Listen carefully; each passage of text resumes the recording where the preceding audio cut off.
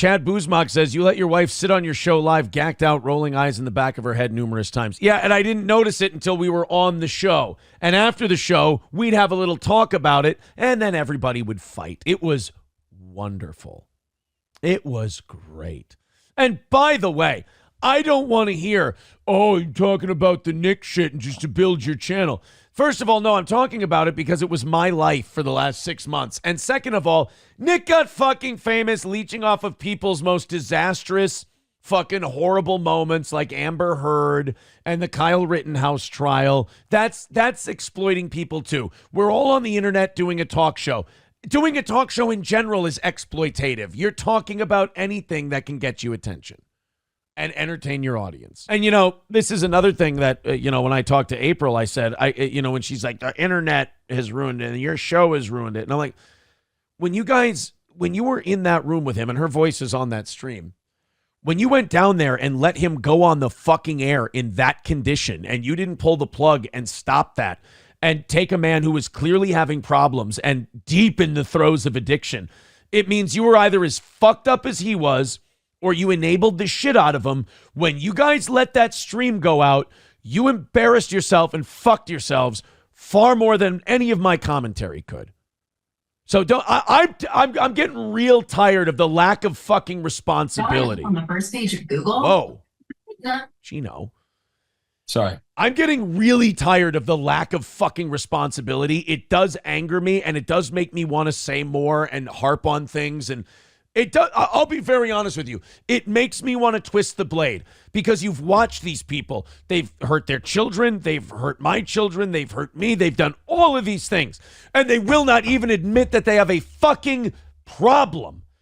Nick was poo-pooing the idea of rehab yesterday. And let me agree with Nick on one thing. He shouldn't go to rehab because rehab is for people who believe they have a fucking problem and they want to get better and they want to be better parents and they want to be better spouses. And he doesn't give a flying fuck about anybody but Nick cock-sucking Rekieta. That's not his legal middle name.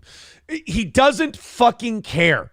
So that's good. He should not go to rehab. Save that spot in rehab for somebody who wants to get better and thinks they have a problem. This arrogant son of a bitch thinks he can outsmart cocaine.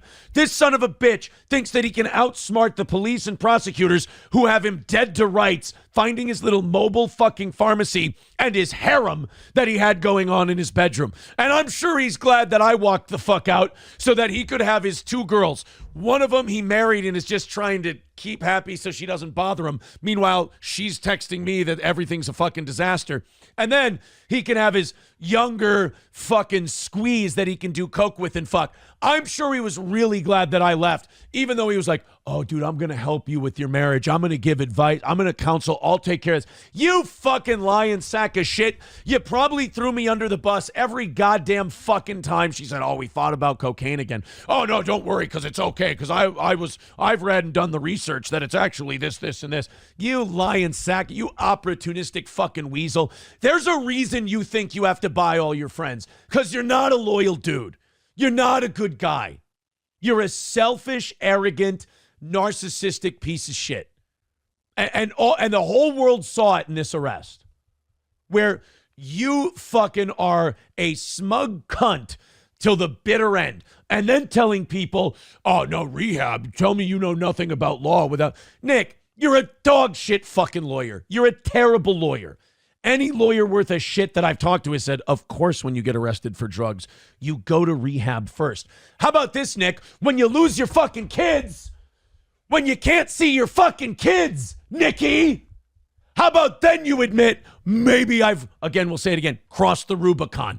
Maybe I've got a problem. Maybe I've got an issue that I should probably take care of. Maybe when your 5 fucking kids can't see their fucking dad because he's too big of a fucking mess, you should finally admit that maybe it's time to fix your shit and own something for once in your life, you silver spoon chewing dumb fuck.